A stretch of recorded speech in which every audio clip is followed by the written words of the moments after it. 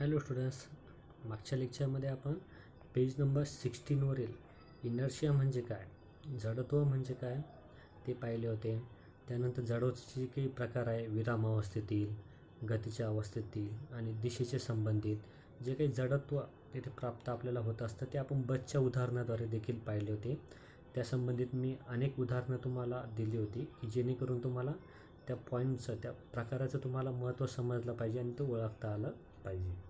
The pressure, दाबाशी संबंधित पण आपण एक उदाहरण पाहिलं, जसं की खिळ्यांचा दोन्ही बाजूचे ठोकण्याची पद्धत किंवा जे ड्रॉइंग बोर्डचे जे काही पिनं असतात त्या लावण्याची पद्धत, ओके, त्यांची उलटी सरळ बाजू, या संदर्भात आपण उदाहरणं पाहिली होती. तर आजचा आपला जो पेज नंबर 17 आज आपण शिकणार आहोत. तर पेज नंबर 17वर जो काही क्वेश्चन होता, यूज युअर ब्रेन पॉवर, हा देखील आपला झालेला होता. ते मी तुम्हाला घरी होमवर्कमध्येच आन्सर लिहायला लावलेलं होतं. ओके, सो नेक्स्ट आजचा जो आपला टॉपिक आहे तो आहे पहा, the force exerted perpendicularly on a unit area is called pressure. म्हणजेच काय, आता इथं प्रेशरची डेफिनेशन त्यांनी आपल्याला दिलेली आहे की दाब म्हणजे एक्झॅक्टली काय आहे. तर दाब म्हणजे काय की जसं की एकक क्षेत्रफळावर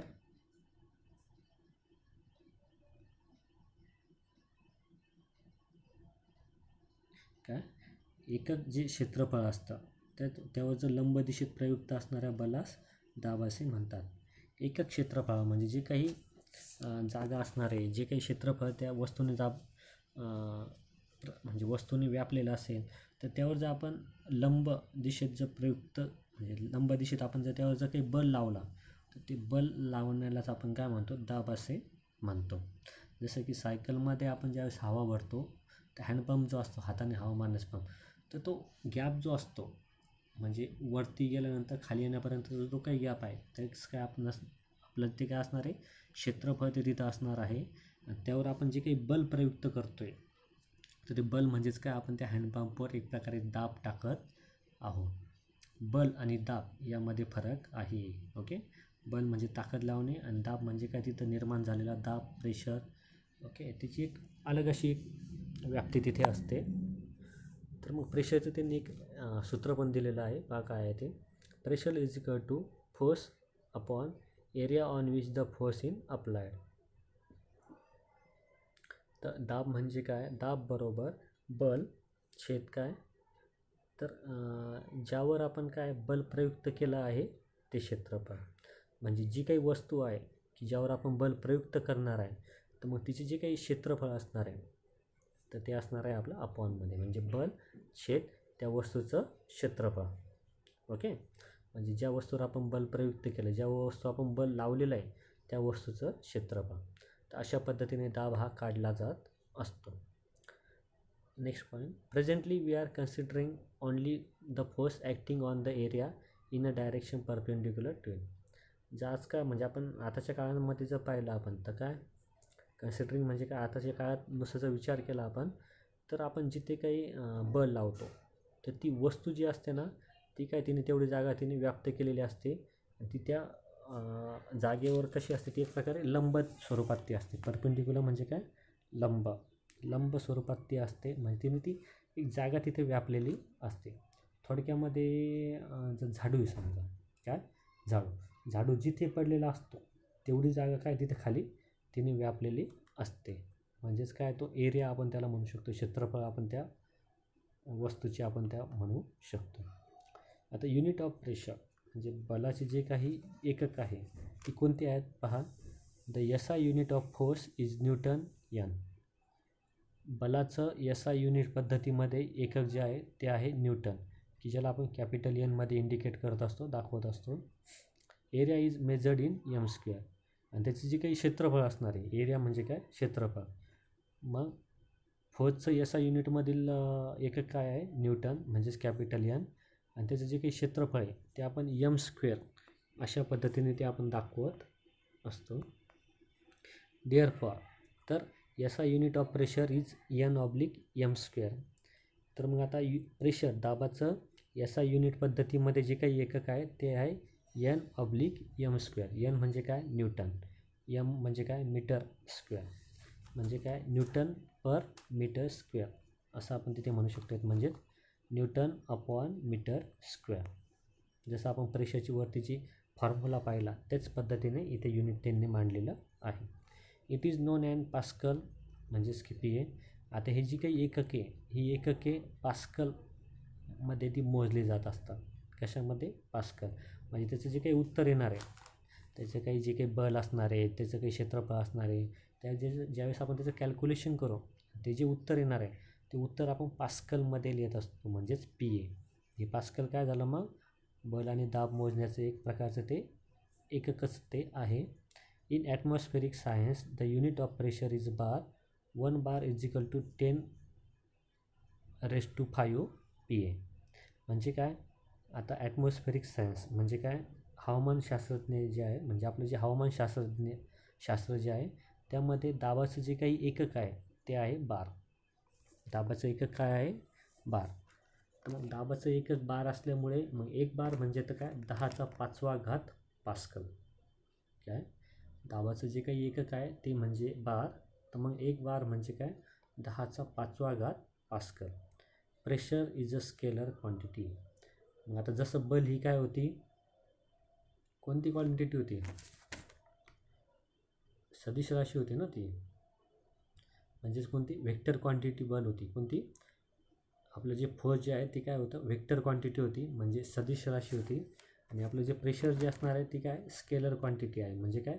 अदिश राशी. ओके. सो नेक्स्ट पॅरा काय आहे? If area increases, pressure reduces for the same force, and if the area decreases, the pressure increases for the same force. म्हणजे काय? जे काही क्षेत्रफळ आहे, क्षेत्रफळ आपण जर वाढवलं तर त्याचं जे काही प्रेशर असणार, दाब असणार, तो काय होणार आहे? त्या बलावरील दाब कमी होणार आहे. काय? एखाद्या वस्तूवरील क्षेत्रफळाचं जे आपण जो काही दाब आहे तो जर वाढवला तर त्याचं क्षेत्रफळ तिथे कमी होणार आहे. ओके. म्हणजे काय? दाब वाढवला म्हणजे काय? आपण जर त्याला प्रेशर, त्याच्यावर जर दाब दिला आपण, तर ते काय होणार आहे? तिथे क्षेत्र त्याचं कमी होणार आहे. And if the area decreases, आणि जर त्याचं क्षेत्रफळ जर आपण कमी केला तर तिथे काय? आणि जर प्रेशर आपण टाकलं तर मग काय? तिथे प्रेशर, दाब हा वाढणार आहे आणि बल देखील वाढणार आहे. फॉर एक्झाम्पल आपण त्याचं उदाहरणच बघा. तुम्हाला याआधीच सांगितलं होतं मी की ह्याच्यातले जे काही टॉपिक्स आहेत ते समजायला थोडेसे अवघड जातात.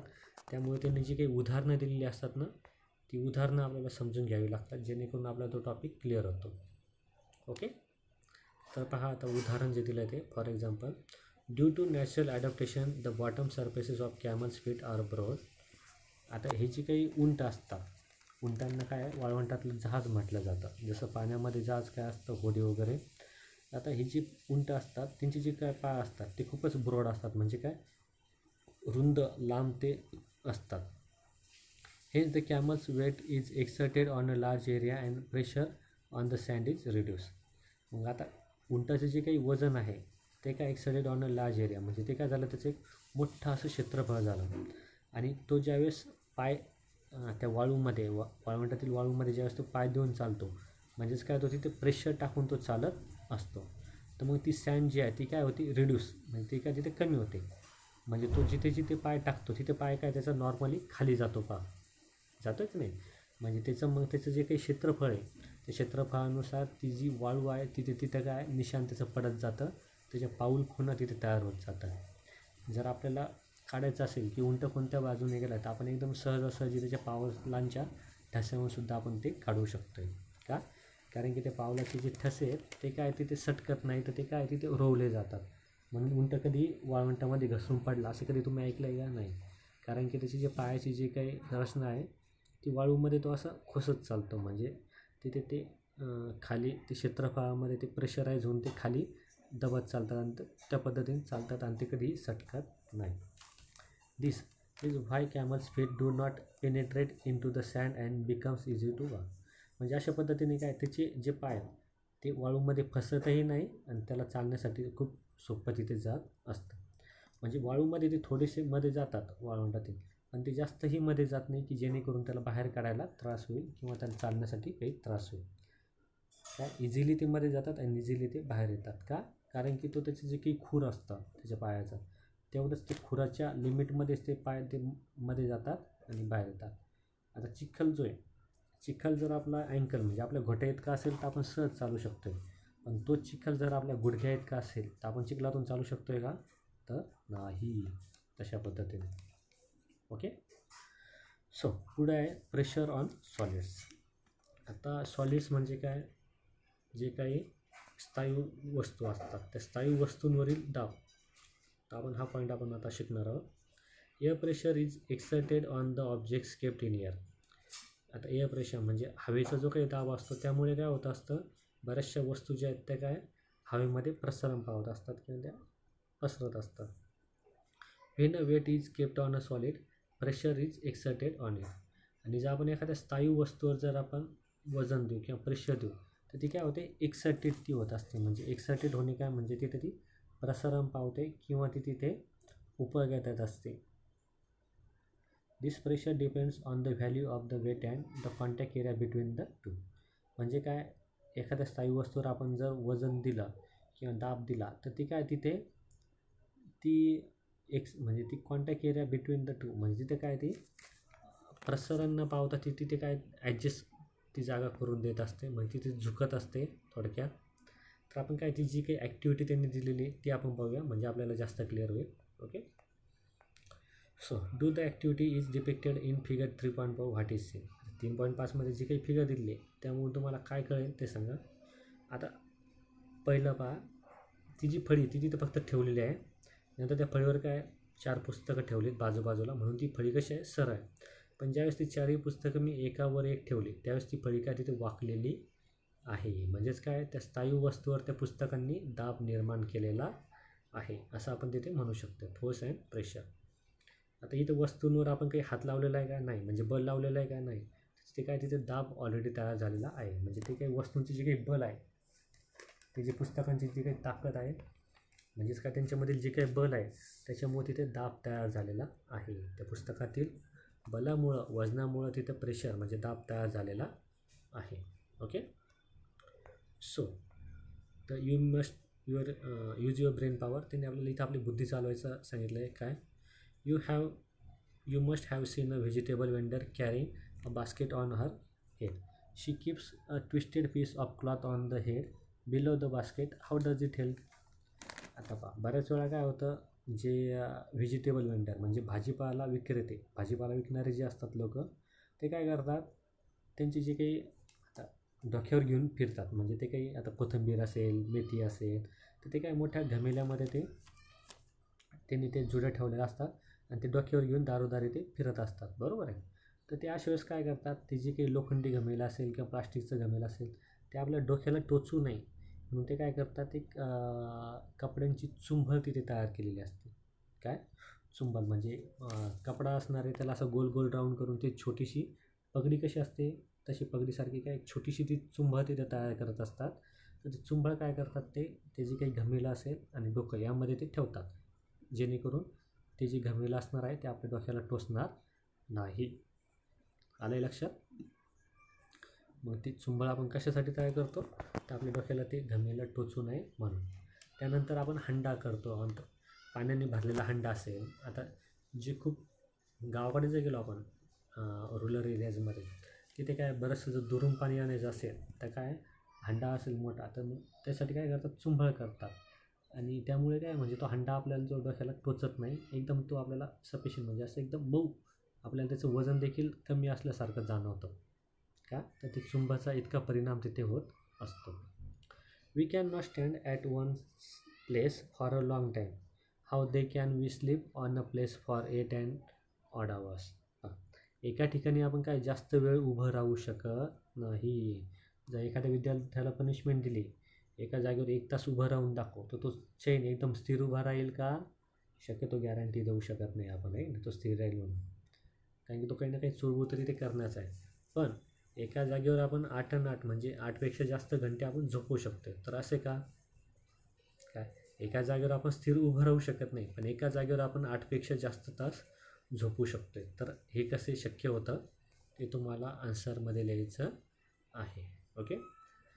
नेक्स्ट क्वेश्चन आहे, for skiing on ice why are long flat skis used. आता स्काईंग म्हणजे काय, जे काही आपण बर्फ स्केटिंग म्हणतो पहा त्याला आपण, काय स्केटिंग, जसं आपण पायामध्ये ते व्हील शूज आपण लावून जसं आपण जमिनीवर स्केटिंग करतो, तसं बर्फावर जर स्केटिंग करायची असेल तर आपण तिथं स्काईज यूज करतो. काय यूज करतो, स्काय.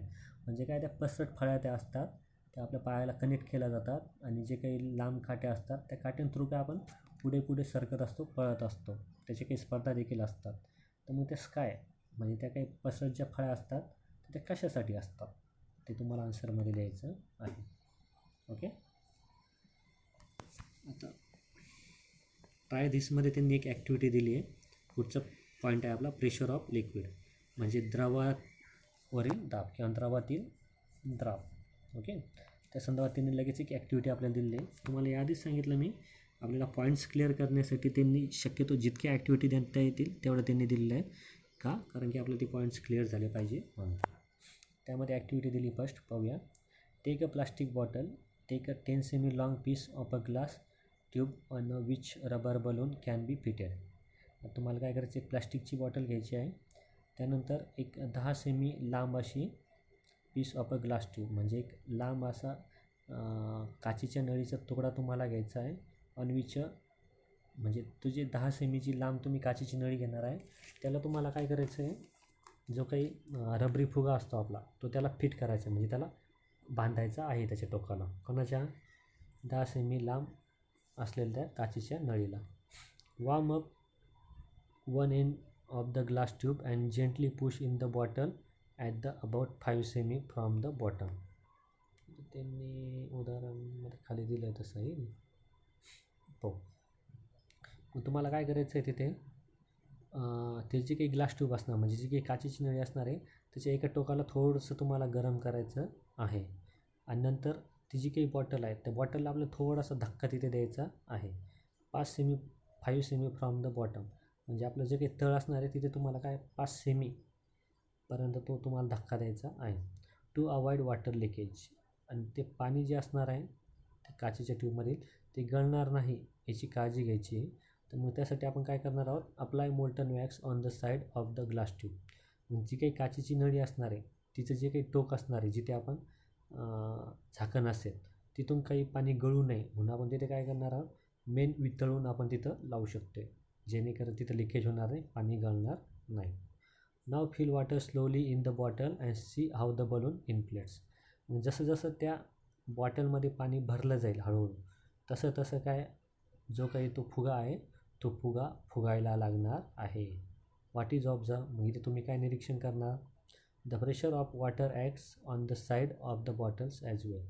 म्हणजे काय, जसं जसं ते पाण्याचं प्रेशर त्या बाटलीमध्ये तयार होणार आहे, त्या प्रेशर थ्रूमुळं काय तो फुगा फुगत जाणार आहे. तर कशामुळे, फक्त पाण्याच्या प्रेशरमुळे तो हवा, म्हणजे पाण्यामध्ये काय ऑलरेडी हवा असते, O2 म्हणतो ना आपण, ऑक्सिजन असतं, मग तो ऑक्सिजन जो आहे तो कोणाला मिळणार आहे, फुग्याला मिळणार आहे. आणि जसं जसं पाणी वाढत जाईल तसं जसं ते ऑक्सिजन त्यामध्ये इन्व्हॉल्व होत जाणार आहे आणि फुगा आपोआप फुगला जाणार आहे. ओके, आलं लक्षात. तर आपण इथेच आता स्टॉप करूया. होमवर्कमध्ये तुम्ही काय करणार आहात पहा. आता आपण जे पेज नंबर 17 शिकलो आहे, तर मग दाबची जी काही व्याख्या आहे इंग्लिश टू मराठी लिहा, त्याचं सूत्र, ते ब्लू कलरमधील चार्ट, युनिट ऑफ प्रेशर, तो पॅसेज किती 5 लाईनचा पॅसेज तो देखील इंग्लिश टू मराठीमध्ये लिहू शकताय. नंतर प्रेशर ऑन सॉलिड्स, त्या 3 ओळी इंग्लिश टू मराठी लिहू शकतात. नंतर प्रेशर ऑफ लिक्विड, इथे तर काही इंग्लिश टू मराठी लिहिण्यासारखं नाही आहे. जिथे जिथे प्रश्न उच्चारलेत यूज युअर ब्रेन पॉवर, तिथे तुम्हाला त्यांची आन्सर्स लिहायची आहे आणि हार्डवर्क देखील लर्न करायची आहे. Okay, so good day and good bye.